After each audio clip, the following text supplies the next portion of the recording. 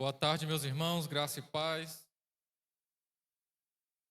Que a graça de Deus, que renova o nosso entendimento todos os dias, esteja conosco e que possamos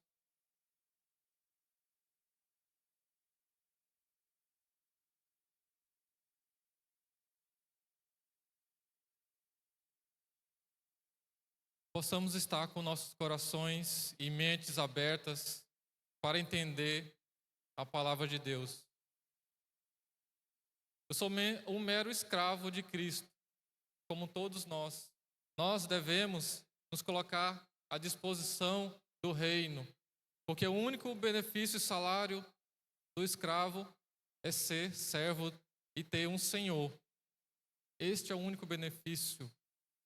E é algo maravilhoso, porque o nosso Senhor é Cristo, nosso Deus. Eu quero que os irmãos nessa tarde abra a Bíblia em 2 Coríntios 5, 19 a 21.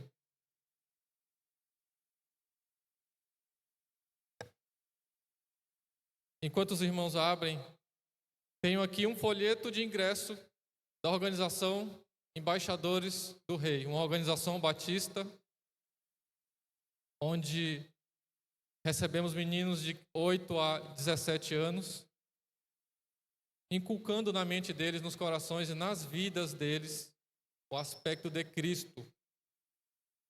Porque embaixador quer dizer representar o seu governo em outro país. Embaixador do rei, nosso único rei, é representar Jesus Cristo aqui na terra. Cristo é a palavra que habitou entre nós. Ser representante de Cristo não é algo simples, porque Ele é a palavra. Traduzindo, Ele é a Bíblia inteira. Ide por todo o mundo pregar o Evangelho, ensinando a observar todas as coisas. Ensinando a observar tudo. Não devemos deixar passar nada desta palavra.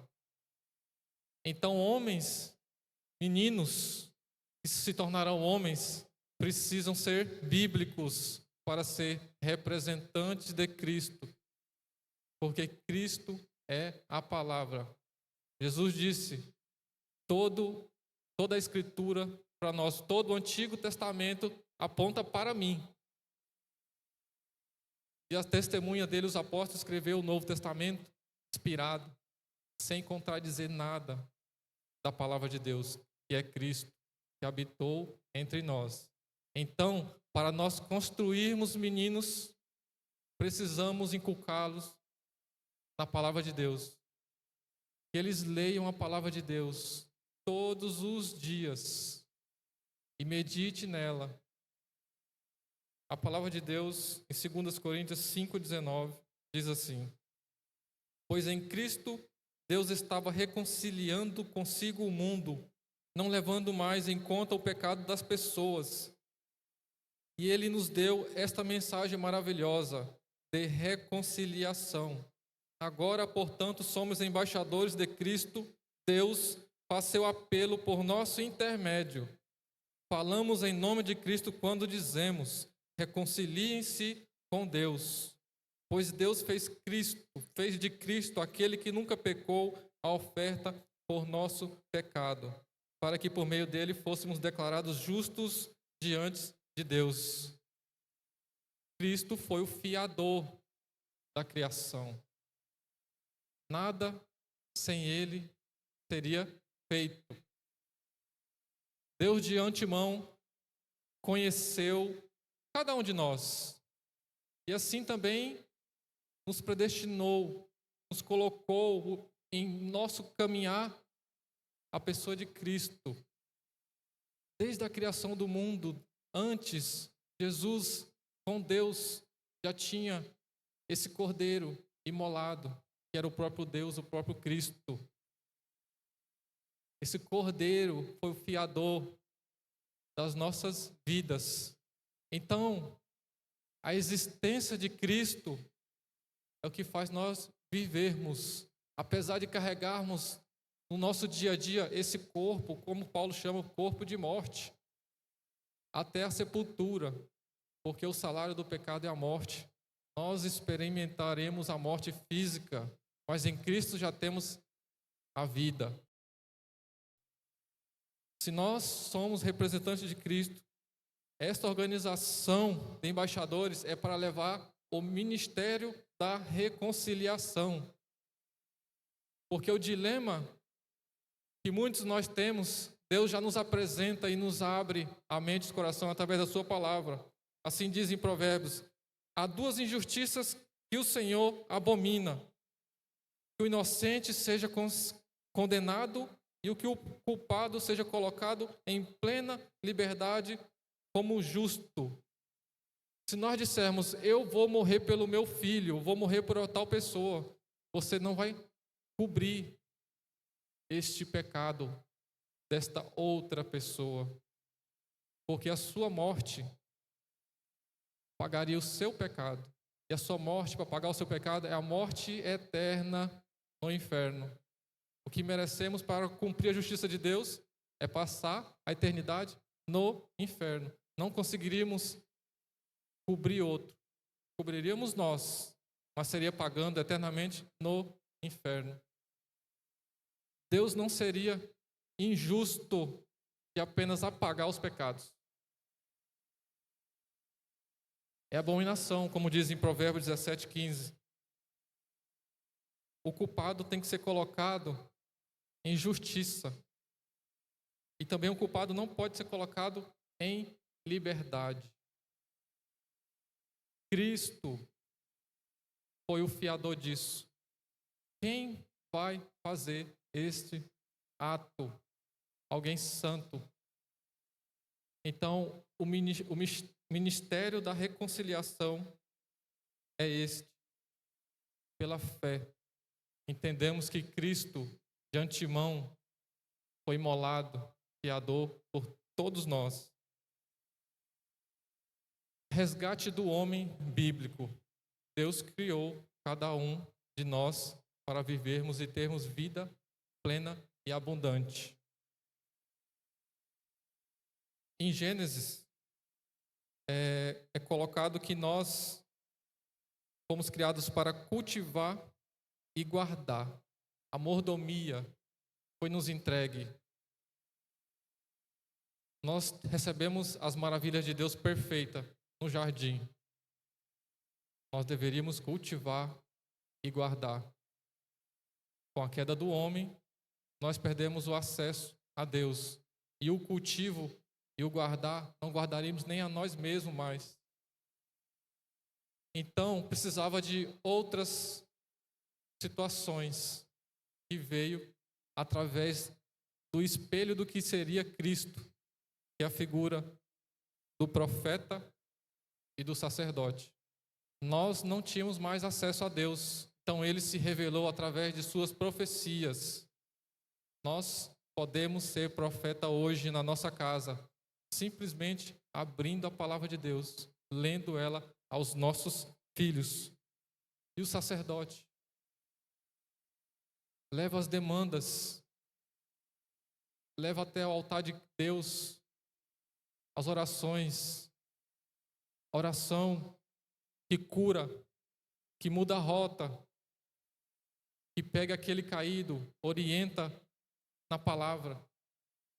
Então o homem precisa, além de cultivar e guardar, sendo o protetor, o provedor, ser o profeta e o sacerdote. Mas no mundo que vivemos, nós só temos uma saída, porque o caminho é estreito, a porta é estreita. O caminho que o mundo oferece é largo e a porta é larga. No Salmo 119, versículo 97, diz assim: como eu amo a tua lei, penso nela o dia todo. O dia todo, o que nós fazemos no nosso dia todo tem que ser feito conforme a palavra de Deus. Devemos pesar nossos atos conforme a palavra do Senhor. Nós sabemos, por revelação de Deus, que no fim as coisas seriam difíceis para os cristãos. Teria muitas teologias, distorceriam a palavra de Deus, teologias onde as pessoas são o centro, teologia que não são bíblicas, onde apresentam um evangelho receptivo, expandido, governos que influenciam na fé. Em Apocalipse tem a figura da besta, onde representa o governo. Muitos cristãos não vão por este caminho, ok. Mas nós ainda temos um outro problema no fim dos tempos. Está revelado, nós temos que nos atentar. A figura da prostituta, onde nós, por exemplo, não caímos nas armadilhas das ideologias, não nos submetemos a teologias governamentais, onde querem direcionar onde as igrejas vão, mas a outra barreira que os cristãos enfrentam é a prostituta. A Babilônia ali representada, montada em cima do governo da besta, vai seduzir os crentes, e é dito lá que ela se lambuzou com o sangue dos santos, ou seja, muitos santos se lambuzaram, representado nas facilidades do dinheiro, do poder, da luxúria, da pornografia, toda sorte de maldade representada ali, onde pecados ocultos, onde aqui ninguém sabe quem está fazendo, representada ali pela prostituta. E é relatado aqui em 2 Timóteo 2:3, contextualizando os nossos dias de hoje, onde devemos entender para mostrar aos nossos meninos os perigos que vivemos. 2 Timóteo 2:3-13 diz assim: os perversos e os impostores irão de mal a pior, enganarão outros e eles próprios serão enganados. Referenciando este engano, veja bem, a besta e os 10 chifres que você viu adorarão a prostituta, eles a deixarão nua, comerão sua carne e destruirão o resto do fogo, com fogo. A estrutura governamental, onde os cristãos, por exemplo, não caíram, mas caiu lá na pornografia. Vai chegar o momento que a moralidade humana vai se jogar contra você. Vai mostrar, você é cristão, mas está em pecado, está fazendo isso, demonstrando que a prostituta vai ser devorada e comida por eles mesmos, pelo sistema mesmo. Então o homem bíblico tem que se afastar totalmente, tanto do aspecto que todos nós vemos na vida um do outro, quanto do aspecto reservado na nossa própria intimidade. Deus conhece o coração de cada um. A chave que me fez virar a mentalidade foi fé. Por que fé? Saber que Deus está olhando para mim o tempo todo. É como se dissesse: peque na presença de Deus. Você tem coragem de fazer isso? Eu vou caminhar até aquele pecado prazeroso e vou fazer na presença de Deus. Então, quem tem fé em Deus não peca. Porque no momento que você pecou, você não estava crendo em Deus. Impossível. Ou você vai dizer: não, vou fazer na presença de Deus. Eu estou crendo nele. Imagina. Por isso que a Bíblia nos diz: quem peca deliberadamente já crucificou Cristo novamente. Já não há mais remissão para esses pecados. Você, crendo com fé em Deus, comete o pecado na frente dele. Essa mudança foi radical na minha vida. É importante nós entendermos o contexto de hoje. Nós temos os sistemas nós temos a luxúria que nos seduz e todas elas nos afastam de Deus. O caminho é estreito, que leva à eternidade. Então, o homem bíblico, nós devemos ensinar nossas crianças e preparar elas para ser um homem protetor do seu lar. Na sequência, vamos falar dos mais. Exemplificando o homem protetor, nós temos que preparar nossos garotos para morrer pela sua esposa. Isso não é simples, porque nós temos que inculcar Cristo. É obra do Espírito Santo. Nosso testemunho, se não for Cristo, não vai servir de nada. Toda obra que fazemos não passa de trapo de imundícia. Toda vez que dizemos para nossos filhos, amigos, crianças com quem andamos, olha, eu acho que o melhor seria isso. Acho que você está errado. A palavra acho, para mim, é quase uma maldição. Porque crente não acha, escravo não acha. Escravo não tem que estar preocupado com o conteúdo. O conteúdo é do Senhor. O conteúdo é a palavra de Deus.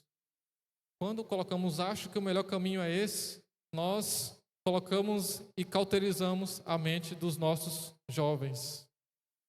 Se ele acha, pode ser que tenha mais possibilidades. Mas a palavra tem que ser sim e não. Veja bem, a palavra de Deus diz isso, isso e isso. A palavra de Deus diz que você tem que ser protetor do seu lar.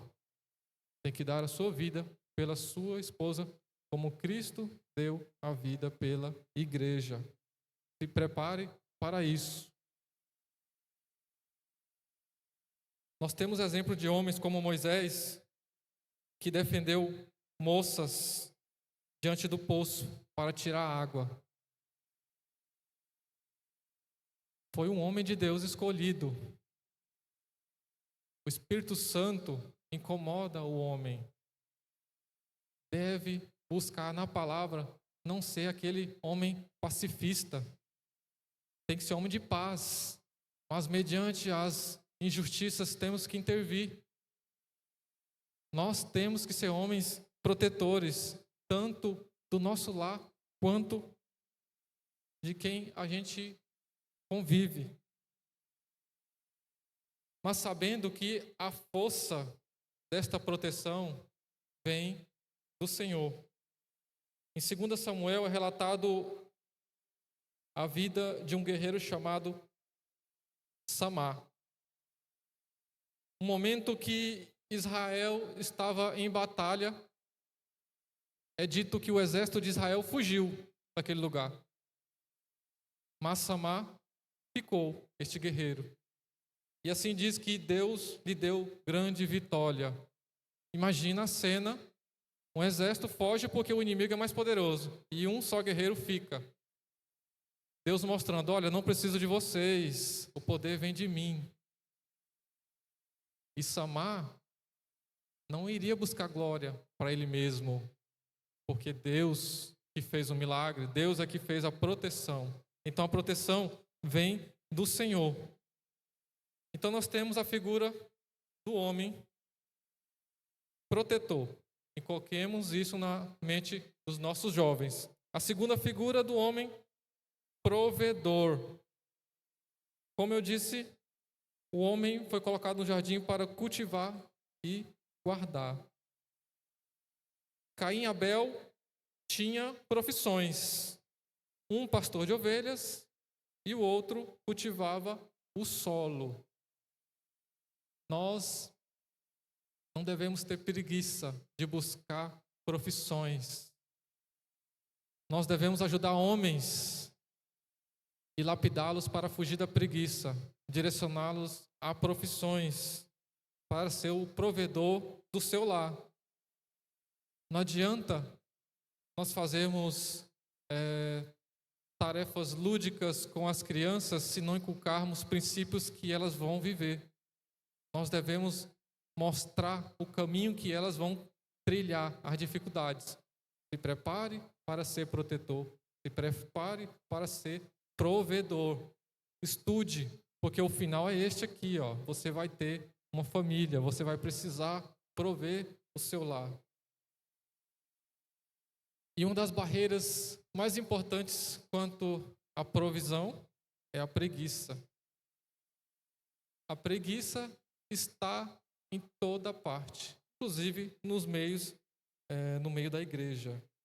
Em Ezequiel 16, 47 e 50, diz assim: Tão certo como eu vivo, diz o Senhor soberano, Sodoma e suas filhas nunca foram tão perversas quanto você e suas filhas.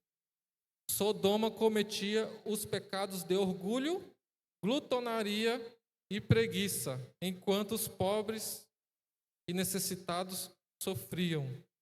Era arrogante e cometia pecados detestáveis, por isso eu exterminei como você viu. Perceba o gatilho do início de coisas ruins.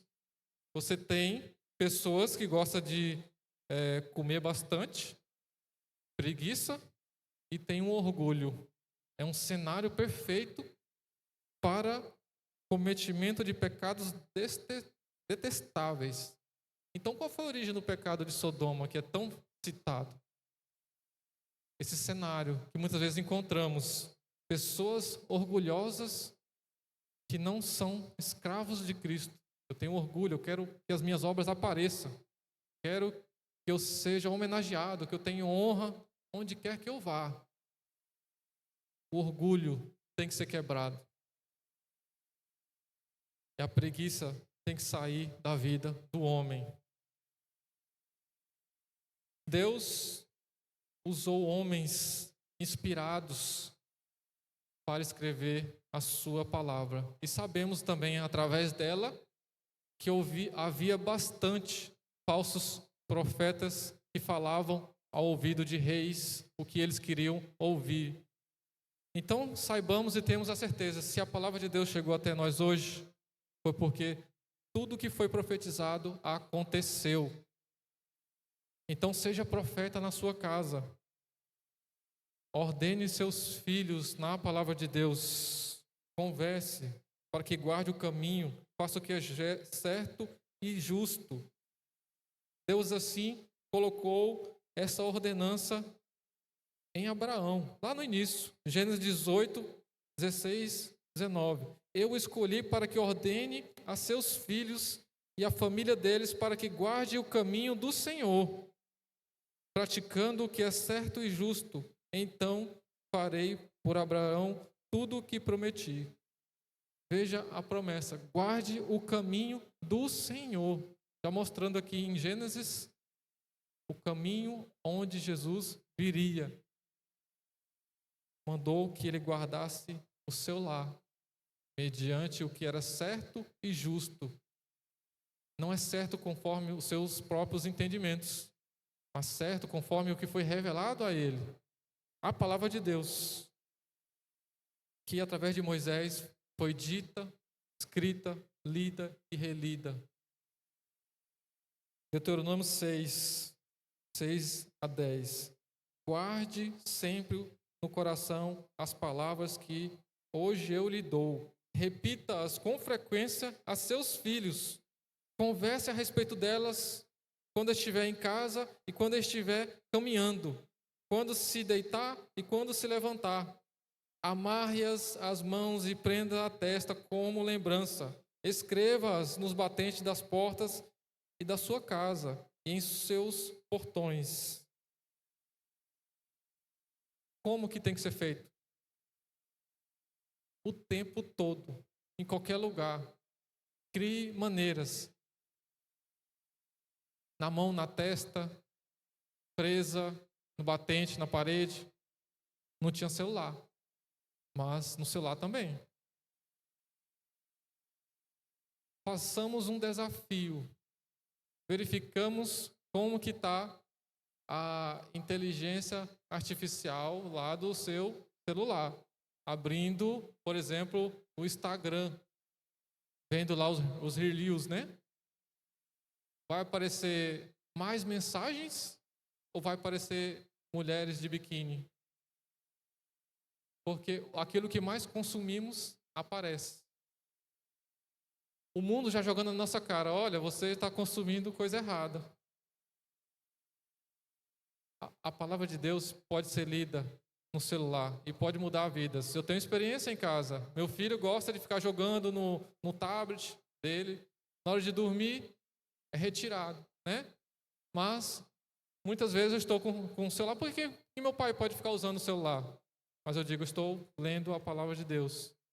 E é uma oportunidade. Eu leio com ele e assim, depois ele dorme. Então nós temos que inculcar em todas as ferramentas que o mundo propõe. Esta é a mensagem, em tempo e fora de tempo, em qualquer momento. Os desafios para nossas crianças, nossos jovens são grandes. Então construir meninos é na palavra de Deus. Porque nosso casamento sempre tem desafios e eles vão passar por isso. Como que nós vamos explicar, por exemplo, um versículo para eles hoje? Vamos purificar as nossas esposas lavando com água no meio da palavra. Lavar sua mulher. Como? Com a palavra. Quando eu tiver um problema em casa, espera aí, deixa eu ver o que a palavra de Deus diz. Isso funcionou lá em casa. O pessoal conhece a minha esposa. Uma esposa muito animada. Mas, graças a Deus, por buscar ser um homem bíblico, muda muito. As brigas cotidianas somem. As batalhas são feitas por Deus. Lavar a esposa com a palavra é mostrar, olha, essa espada que eu estou usando, imbatível, vai nos purificar. E é tão bom porque não é mensagem sua. Tenho experiência, por exemplo, dela chegar e dizer, olha, eu escutei tal pessoa, esse pensamento aqui, que o homem tem que fazer isso, isso, isso, aquilo, porque senão a mulher fica assim, assim, assado lá. Vamos ver se passa na palavra de Deus? Não passava. Filosofias humanas, muitas vezes de empoderamento, né? Feminino, que não está de acordo com a palavra de Deus. Estão construindo meninos, é mostrar que eles vão casar. Como nós vamos treinar guerreiros se nós não estamos vivendo com a guerra, com a espada certa, em casa? Eles estão lá assistindo. Meu filho está lá assistindo.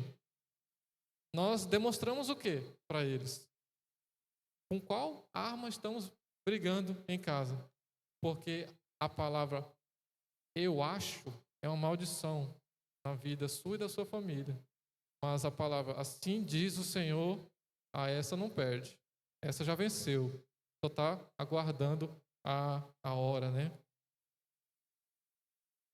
Então, profeta, meus irmãos, da sua casa, é isso. Abrir a palavra de Deus. Simplesmente. Nós temos também a figura do sacerdote. E além de revelar a palavra de Deus, nós temos que levar até Deus a demanda também da nossa casa. Nossos filhos têm demanda. Nós sabemos que a oração do justo vale muito em seus efeitos. E mais para frente vamos falar simplesmente sobre oração. Depois do homem restaurado, vamos falar sobre oração também. É dito aqui em Jó 1:5. Veja se nós fazemos isso na nossa casa. Quando terminavam esses dias de festa, Jó mandava chamar seus filhos a fim de purificá-los. Levantava-se de manhã bem cedo e oferecia um holocausto em favor de cada um deles, pois pensava, pode ser que meus filhos tenham pecado e amaldiçoado a Deus em seu coração. Essa era a prática habitual de Jó. Nós precisamos sacrificar animais hoje? Não, Cristo já fez. Então, por que não colocamos a vida dos nossos filhos na presença de Deus todos os dias por meio de Cristo, por meio do sacrifício de Cristo? Porque vai que eles, no coração deles, amaldiçoou o Senhor. O reflexo na vida dos nossos filhos são como eu vou dizer, eternos. Meu filho nunca foi ensinado ainda sobre escatologia. Pastores sabem o que é, eu vou explicar. Escatologia é o estudo do fim dos tempos. Mas essa semana, quarta-feira agora, ele acordou bem cedo, correndo, chegou correndo na sala, coração batendo rápido e assustado, mas assim, não que estava sonolento, já tinha despertado. Diz que teve um sonho. E o sonho que ele teve foi Deus falando com ele através de um trovão, umas luzes brancas no céu, ele num parque e Deus falando com ele, mas ele não soube dizer o que ele disse, porque era uma voz muito forte. Mas sabia que Deus tinha chamado ele. E o que mais você viu, meu filho, nesse sonho? Foi visto que todos os criminosos criam em Deus. E o que mais? A terra ficou toda verde. Uma criança de 7 anos. Meu filho, vamos ver, segundo a palavra de Deus, né? Nós sabemos que Cristo vem, todo olho o verá.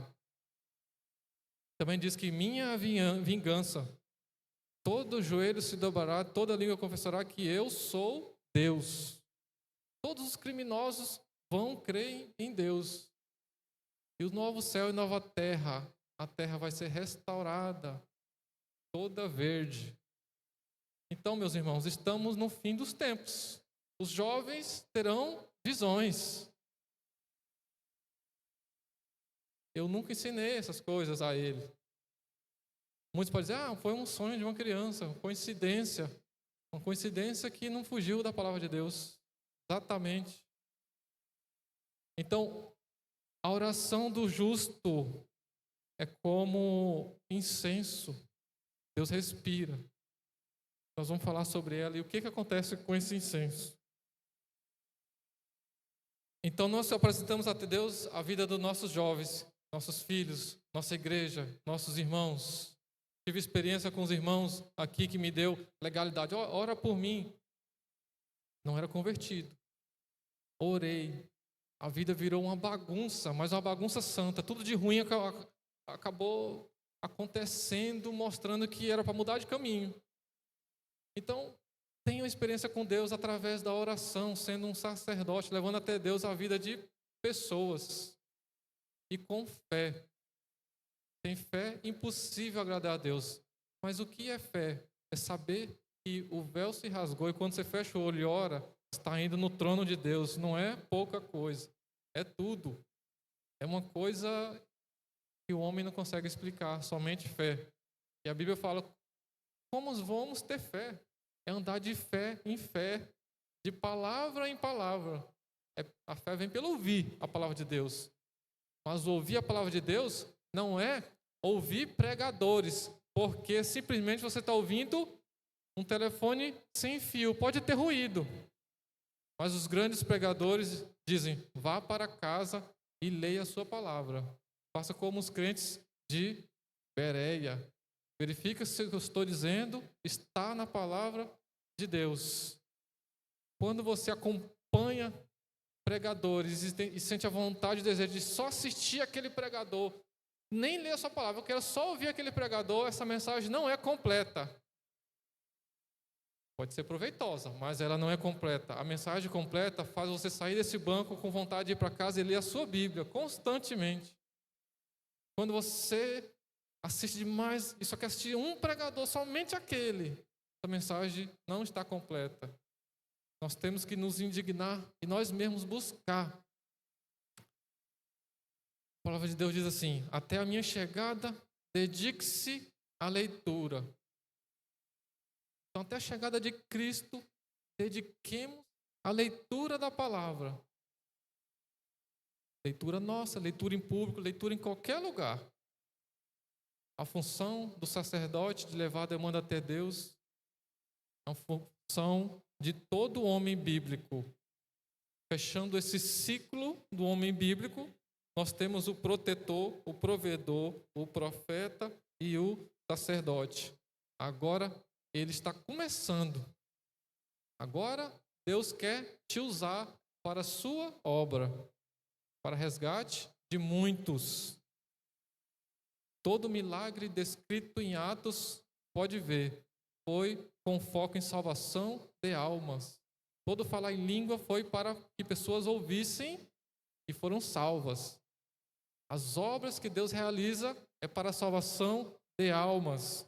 Então, um homem resgatado, um homem que resgatado sabe construir, instruir os meninos, ele pode começar a fazer as obras de Deus.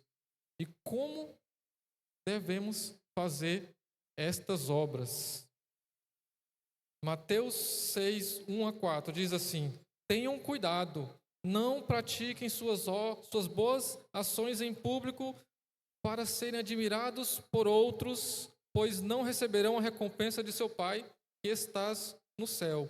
Quando ajudar algum necessitado, não faça como os hipócritas que tocam trombetas nas sinagogas e nas ruas para serem elogiados pelos outros. Eu lhes digo a verdade, eles não receberão outra recompensa além dessa. Mas quando ajudarem alguém necessitado, não deixe que a mão esquerda saiba o que a direita está fazendo. Deem sua ajuda em segredo, e seu Pai, que observa em segredo, os recompensará. Um princípio é em segredo. Nós temos outro, que é conflitante a esse. Ou conflitante entre aspas, né? Mateus 5:15. Não faz sentido acender uma lâmpada e depois colocá-la sob um cesto. Pelo contrário, ela é colocada num pedestal de onde ilumina todos que estão na casa. Da mesma forma, suas obras devem brilhar para que todos as vejam e louvem seu Pai que estás no céu. Será que é conflitante? As nossas obras devem aparecer ou não? Já é dito aqui, para que todos as vejam e louvem a seu Pai que estás no céu. Quando você pratica uma boa ação, uma obra, ajuda um necessitado, não é de forma santa, não é uma forma cristã, a pessoa vai te saudar. Muito obrigado, você salvou a minha vida, você é demais. Você não entregou a mensagem correta. Quando você ajuda uma pessoa, pode ver, o cristão ajuda uma pessoa. A pessoa, em vez de te agradecer, agradece a Deus. Muito obrigado, Deus te mandou, Deus seja louvado. Esse é o sentido. A obra tem que aparecer, mas que as pessoas gritem, Deus fez essa obra. Usou o servo, o escravo ali. Mas foi Deus. A pessoa tem que sair dali gritando que Deus assim fez a obra. Então a luz, as obras que tem que aparecer, a luz que tem que aparecer, as obras de Deus. Nós só operamos essas obras. Mas eu não terei recompensa? Qual a recompensa que nós teremos com essas obras? É bem dito aqui em Lucas 17:9. E acaso o Senhor agradece ao servo por fazer o que lhe foi ordenado? Uma pergunta. Da mesma forma, quando vocês obedecerem, devem dizer: somos servos inúteis, apenas cumprimos nosso dever. Essa é a recompensa do servo. Cumprimos o nosso dever para com Deus, porque o nosso maior tesouro é Deus. Que recompensa que Ele ia dar a você? Se Ele é o seu tesouro, o mais precioso, não tem outra recompensa, porque tudo aqui perece, mas Deus não. Ele é o seu tesouro.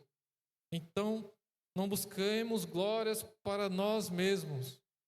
As obras que o homem restaurado deve fazer tem que ser pautado em Deus. Deus tem que ser glorificado. E quanto à questão das dificuldades, os homens de Deus restaurados, fazendo as obras de Deus, viverão tranquilamente. Será? Será que viveremos tranquilos? Será que nós temos que passar dificuldades? Paulo foi questionado sobre as dificuldades, se ele era apóstolo ou não. Porque estava sofrendo demais. Será que Deus está com ele? Porque está acontecendo tanta coisa na vida desse homem. E ele escreveu sobre isso. O sofrimento de Cristo também é compartilhado com os servos. Está lá em 2 Coríntios 11, 23 em diante. São servos de Cristo? Sei que dou a impressão de que está louco, mas digo que não tenho servido muito mais. Trabalhei com mais dedicação, fui encarcerado com mais frequência, perdi a conta de quantas vezes fui açoitado e várias ocasiões enfrentei a morte. 5 vezes recebi dos líderes judeus as 39 açoites. 3 vezes fui golpeado com varas, fui apedrejado 1 vez. 3 vezes sofri naufrágio. Certa ocasião, passei a noite e 1 dia no mar à deriva. E várias outras lástimas humanas ele passou. E qual a razão disso tudo? Portanto, se devo me orgulhar, prefiro que seja das coisas que mostram como sou fraco. Mas não explica por que de tanto sofrimento. Por que os homens de Deus sofrem tanto? E é dito em 2 Coríntios 1, 3 em diante. Bendito seja Deus e Pai do nosso Senhor Jesus Cristo, o Pai das misericórdias, Deus de toda consolação. É Ele que nos consola em toda tribulação, para que pela consolação que nós mesmos recebemos de Deus, possamos consolar os que estiverem em qualquer outra espécie de tribulação. Imagina Deus chamar pastores para uma igreja de muitos membros que passarão por muitas dificuldades.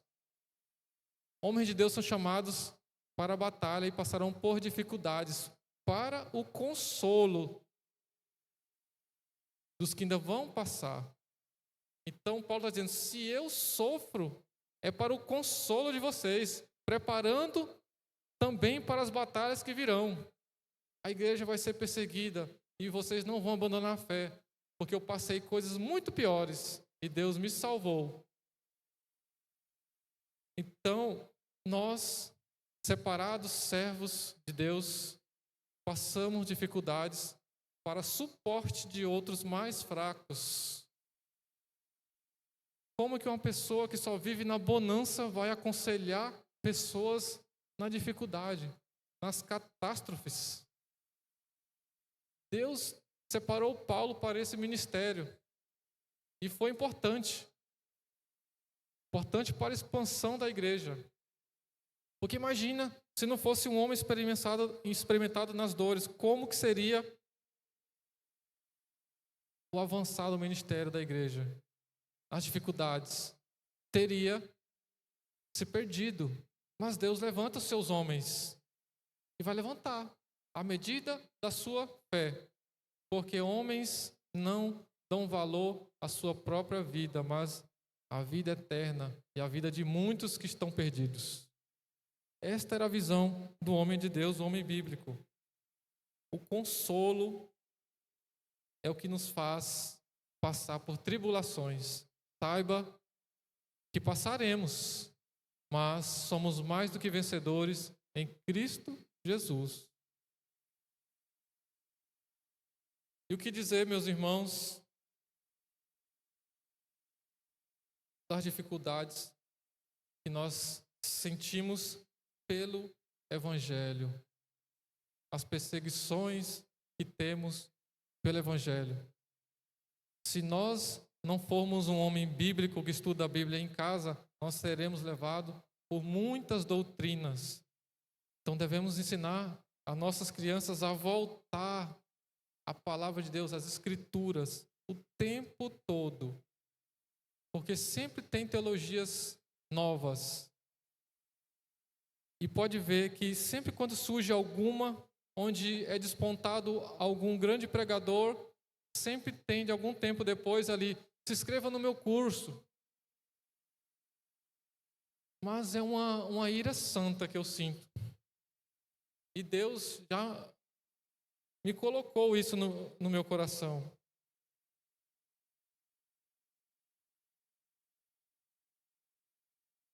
Paulo tinha todo o direito, porque trabalhava na obra, estava ali pregando, abrindo igrejas, era servo, tinha todo o direito de ter o seu sustento, que trabalhava para o Senhor. Mas o que ele diz? É uma coisa que é um versículo para a minha vida. 1 Coríntios 9, 15 e 16. Contudo, nunca usei de nenhum desses direitos. Não escrevo isto para sugerir que desejo agora começar a fazê-lo. De fato, prefiro morrer a perder o privilégio de me orgulhar, de pregar sem cobrar nada. E, no entanto, não posso me orgulhar de anunciar as boas novas, pois sou impedido por Deus de fazê-lo. E ai de mim se não anunciar as boas novas. Eu tenho isso na minha vida e muitos dos irmãos que me acompanham sabem. Prefiro morrer a perder o privilégio de me orgulhar, de pregar sem cobrar nada. Se Deus um dia me chamar para o ministério pastoral, e eu tiver uma profissão, prefiro morrer a perder o privilégio de me orgulhar, de pregar sem cobrar nada. Não era regra, era uma escolha. E eu escolhi isso. E aquilo que você combina com Deus não pode mais voltar. Se você colocou no altar de Deus, não pode. Então saibam que aqui tem um homem que fez um combinado com Deus. Pregar sem cobrar nada. Por que eu disse isso? Porque eu vejo muitos pregadores que despontam, fazem maravilhosas mensagens, boas teologias, mas no final, assine meu curso. Só vou pregar se me pagarem tanto. E muitos vão até ele. E sempre são mensagens que digam, venha me assistir. Nunca no final você sai de lá, não, eu vou para minha casa ler a Bíblia. Não, esse pregador me despertou a ir para casa ler a Bíblia todo dia. Não tem isso. Então é uma ira santa que nós devemos ter. Levar a graça que é de graça a todos. Está disponíveis. Deus retribui os seus obreiros.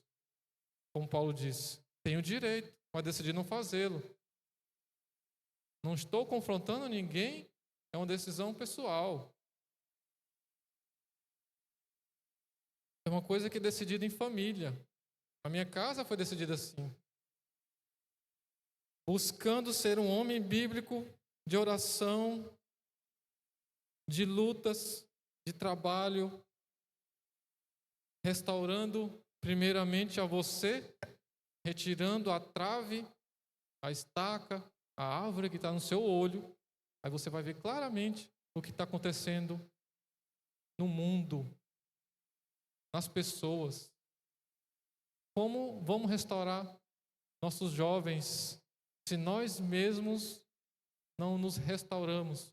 Construindo meninos não é para eu ensinar, olha, dá esse livro para esse menino ler. Eles não sabem interpretação de texto.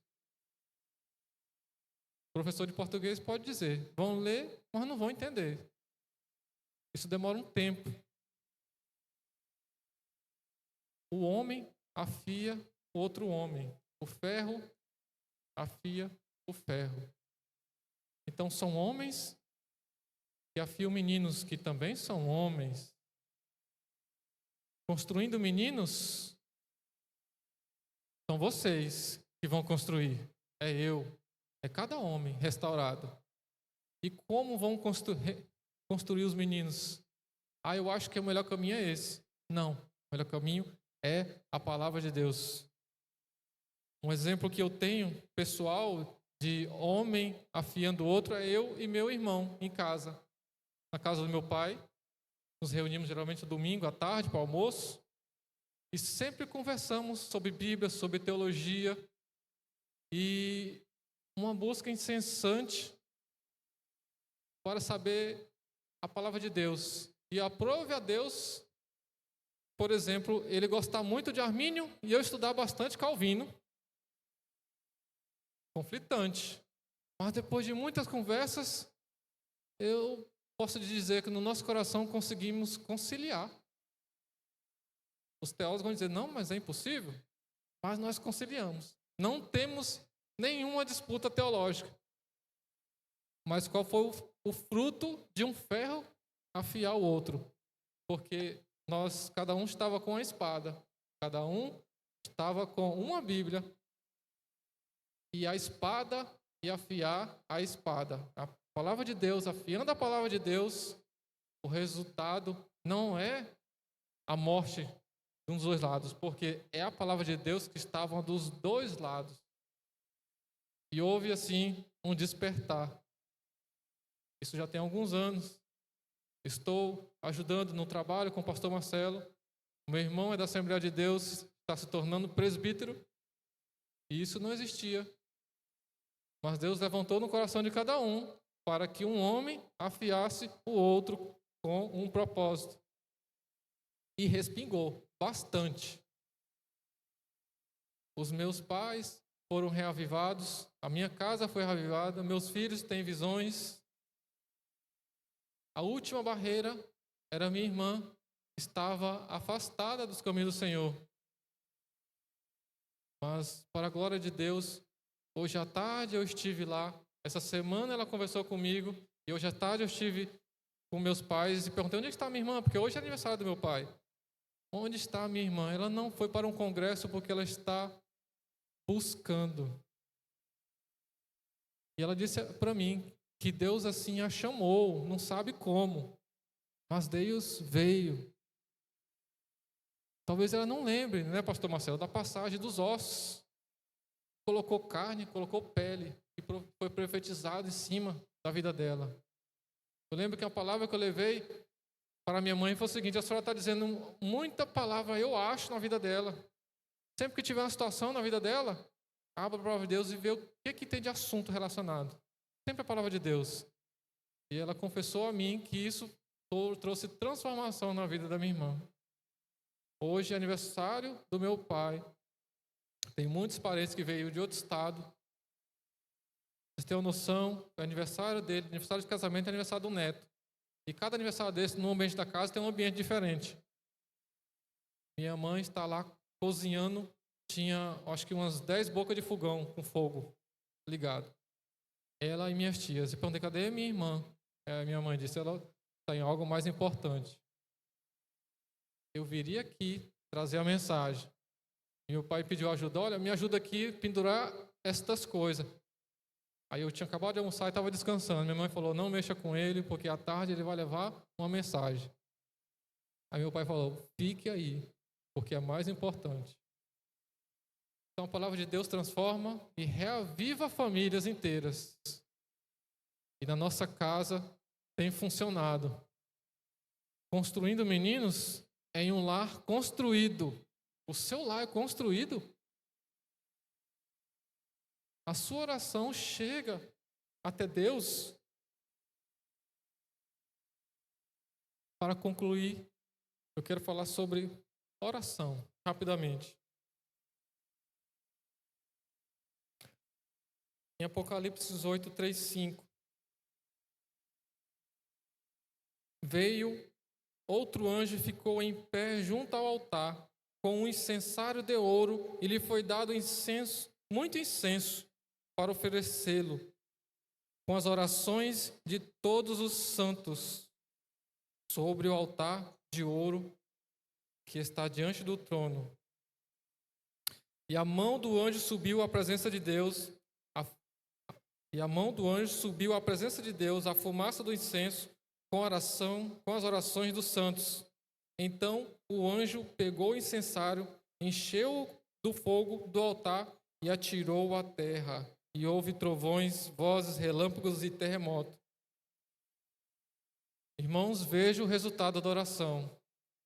Às vezes você ora despretensioso, achando que Deus não vai inalar a sua oração.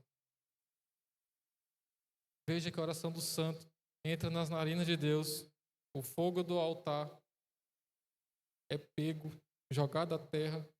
E o que vai acontecer na terra? Veja que Apocalipse é figurativo. Trovões, vozes, relâmpagos e terremotos. Então, a sua oração pode causar tudo isso aqui. Terremotos, relâmpagos, trovões. E a oração que fazemos sem fé também está lá em Isaías 1:13. Parem de trazer ofertas inúteis. O incenso que oferecem me dá náuseas. Então, Deus ouve, escuta tudo. Tudo que passa na sua mente, tudo que você vai orar, tudo que você vai fazer. A pergunta que devemos fazer: as nossas orações causam náusea ao Senhor?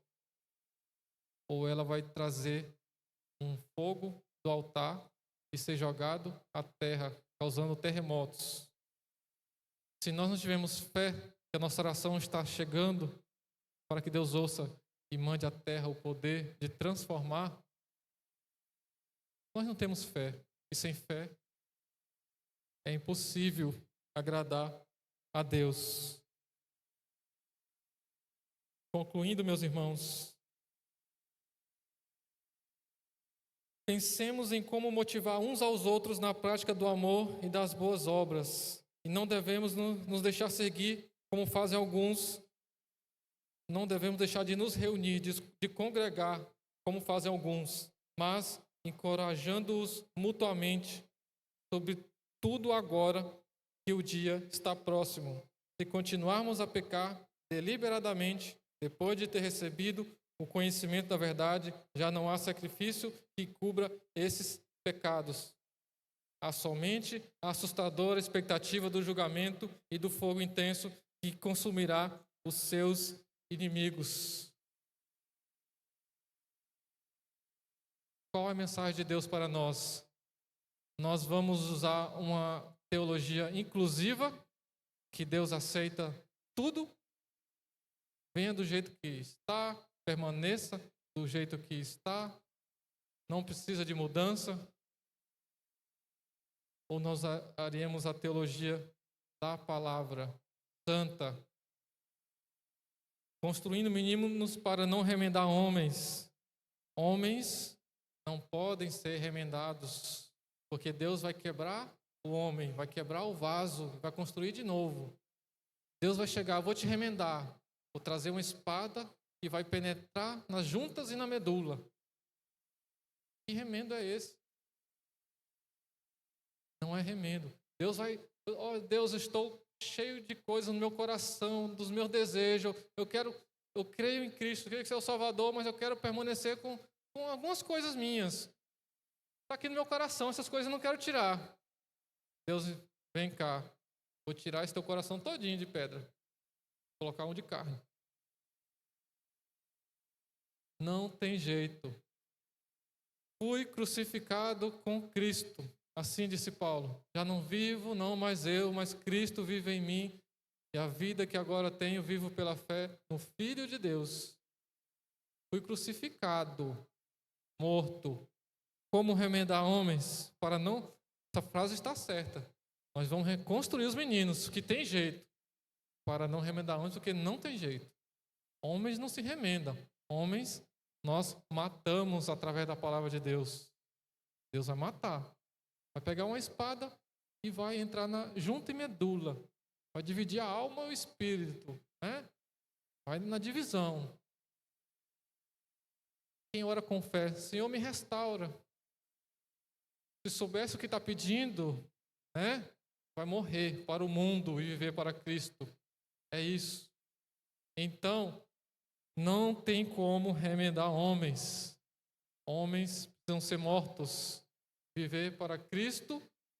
Posteriormente, vivendo como homem bíblico, vamos ensinar jovens.